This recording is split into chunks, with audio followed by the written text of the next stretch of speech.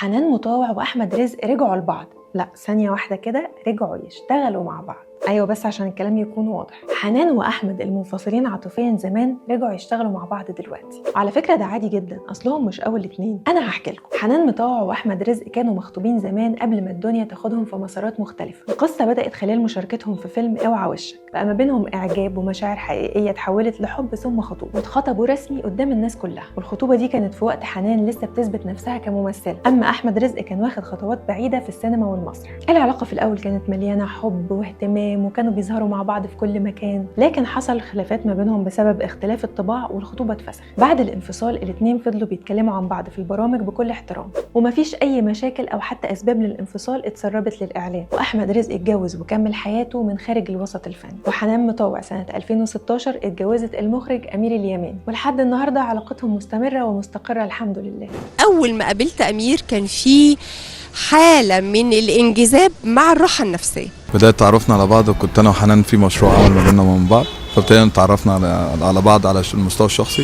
وبعد كل السنين دي احمد رزق وحنان مطاوع رجعوا دلوقتي يشتغلوا مع بعض تاني، وبيتم تحضير فيلم هيروشيما بطولة احمد السقا، حنان مطاوع واحمد رزق. وحسب الكلام اللي اتسرب لي فهم الاثنين جوه الفيلم بتكون ما بينهم صداقة قوية. وفي تاريخ الفن المصري في قصص حب كبيرة جدا، منهم اللي انتهى بالانفصال ومنهم اللي انتهى بالجواز والارتباط. بس الاجمل لما الاحترام بيسيب اثره حتى بعد الانفصال، والاثنين يفضلوا يشتغلوا مع بعض بكل احترام. وده حصل بين اكتر من ثنائي فني. واول حدوته معانا هي سعاد حسني وعلي بدرخان. سعاد حسني سندريلا الشاشه العربيه اللي كانت وقتها من اهم نجمات الوطن العربي ومصر، وعلي بدرخان المخرج الموهوب ابن المخرج الكبير جدا احمد بدرخان. اتقابلوا واتولد ما بينهم قصه حب كبيره، وبعد فتره اتجوزوا في السبعينات، والجواز ما بينهم استمر حوالي 11 سنه. قال عن الزواج: شركه بين اتنين لو كانت فيها تفاهم تبقى شركه ناجحه، لو ما فيهاش تفاهم تفلس. وقالت عن الزواج: مسؤولية حلوة. لكن مع مرور الوقت ظهرت خلافات وانتهى الجواز ده بالطلاق. الغريب هنا ان الجواز ده ما اثرش على علاقتهم الفنيه، اشتغلوا مع بعض بعد الانفصال. فعلي بدرخان كان شايف سعاد حسني هي لسه نجمه افلامه، واشتغل معاها في اعمال تانية زي اخر فيلم عملته في حياتها سنه 1991 الراعي والنساء، الفيلم اللي جمع بينهم بعد سنين طويله من الطلاق. وكانت العلاقه دي درس ان الفن بيستمر حتى لو علاقه الحب ما استمرتش.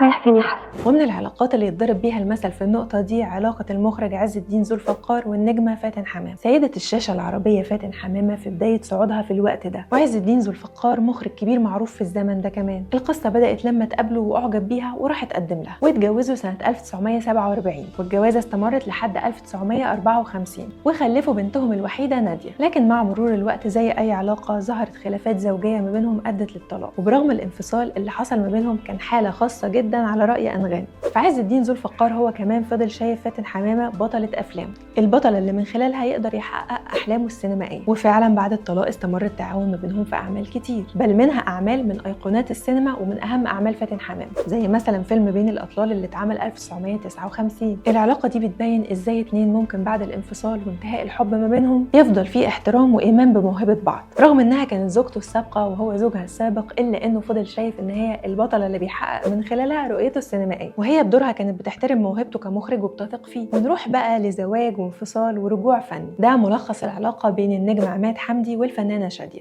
اسمح يا مدام.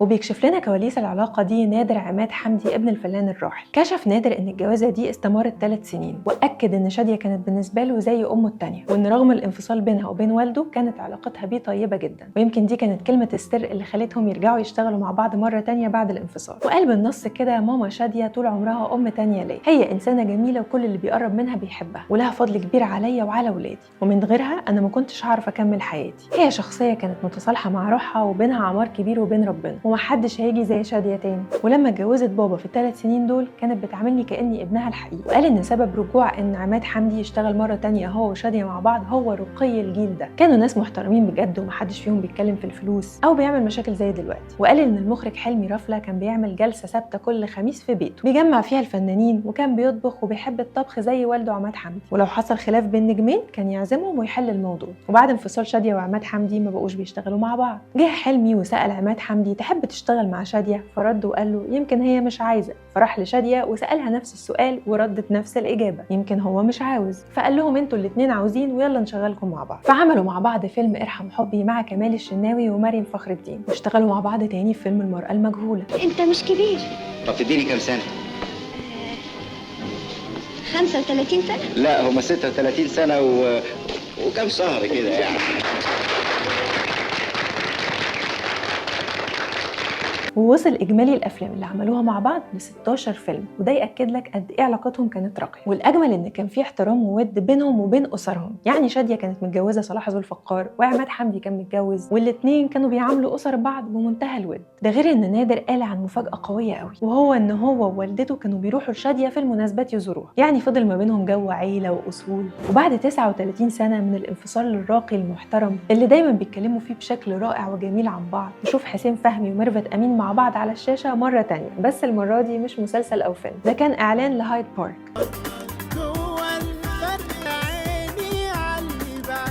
الفكرة ان الاعلان كمان كان فيه جزء من الرومانسية بين حسين فهمي وميرفت امين اللي مطلقها من 39 سنة، وده يقول لك قد ايه الاحترام ما بينهم قوي ومتبادل، والاثنين زي ما قلت لكم بيطلعوا في البرامج يتكلموا عن بعض بكل الحب او بكل الاحترام. قولوا لي في الكومنتس لو في امثلة تانية انتوا تعرفوها لمشاهير انفصلوا عاطفيا بس كملوا مع بعض فنيا، ومش شرط يكون دليل على ان العلاقة بين المشاهير اللي انفصلوا قوية انهم يشتغلوا مع بعض. في مشاهير كتير انفصلوا عن الاكس بتاعهم وعلاقتهم بيه كويسة، عندنا مثلا شيرين رضا وعمرو دياب، دي من اكتر العلاقات اللي بناخدها كنموذج محترم بعد الانفصال. الاثنين اتجوزوا في اخر الثمانينات وخلفوا بنتهم الوحيده نور، وبعدها حصل انفصال، بس المفاجاه ان العلاقه ما بينهم فضلت قويه وكويسه، ده لحد النهارده بيظهروا كاصحاب قدام الكل.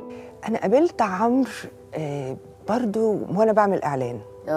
طلبوني قالوا لي في تعملي اعلان لمطرب جديد اسمه عمرو دياب. قلت لهم اوكي، فرحت التصوير وقابلته هناك وعملت له الاعلان وباي باي باي باي. شيرين اتكلمت عن عمرو في اكتر من لقاء وقالت انها بتحترمه وانه ابو بنتها ومفيش اي خلاف ما بينهم. عمرو دياب عشره عمري وعمري ما هقول عليه كلمه وحشه، وانهم فضلوا صحاب بعد الطلاق علشان مصلحتهم ومصلحه بنتهم. كمان عمرو دياب عمره ما اتكلم بالسوء عن شيرين رضا، وزي ما قلنا دايما بيبان ان ما بينهم احترام متبادل. صراحه يعني كنا بيبيز لما اتقابلنا واتجوزنا.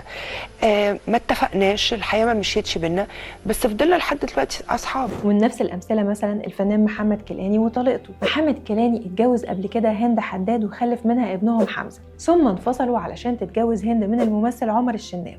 والعلاقه ما بين الثلاثه بسم الله ما شاء الله نمسك الخشب مثاليه. هند وعمر خلفوا ابنهم حسن، وحمزه معاهم وبيربوه، وعمر بيعتبر حمزه زي ابنه بالظبط، مفيش اي فرق في المعامله. ولما حمزه بيروح يزور والده محمد كيلاني حسن بيكون معاه.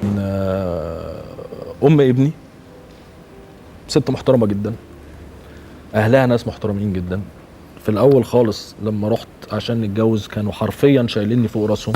كمان محمد كيلاني بيعتبر حسن زي ابنه بالظبط، وفي اعياد ميلاد ده او اعياد ميلاد ده بتلاقيهم كلهم متجمعين وكاتبين له بوستات جميل، ده غير الهزار اللي بيبقى ما بينهم على السوشيال ميديا. زي ان محمد كيلاني مره عمل منشن لعمر الشناوي وقال له يا ريت تدفع مصاريف المدرسه كمان، يقصد لابنه حمزه يعني. فالعلاقه ما بينهم علاقه دايما بتثير اعجاب الناس، زي ما هم بيحترموا بعض وبيقدروا العلاقه اللي ما بينهم، دي كمان علاقه مثال على قد ايه بعد الانفصال ممكن يبقى فيه احترام متبادل، وكله علشان مصلحه الولاد.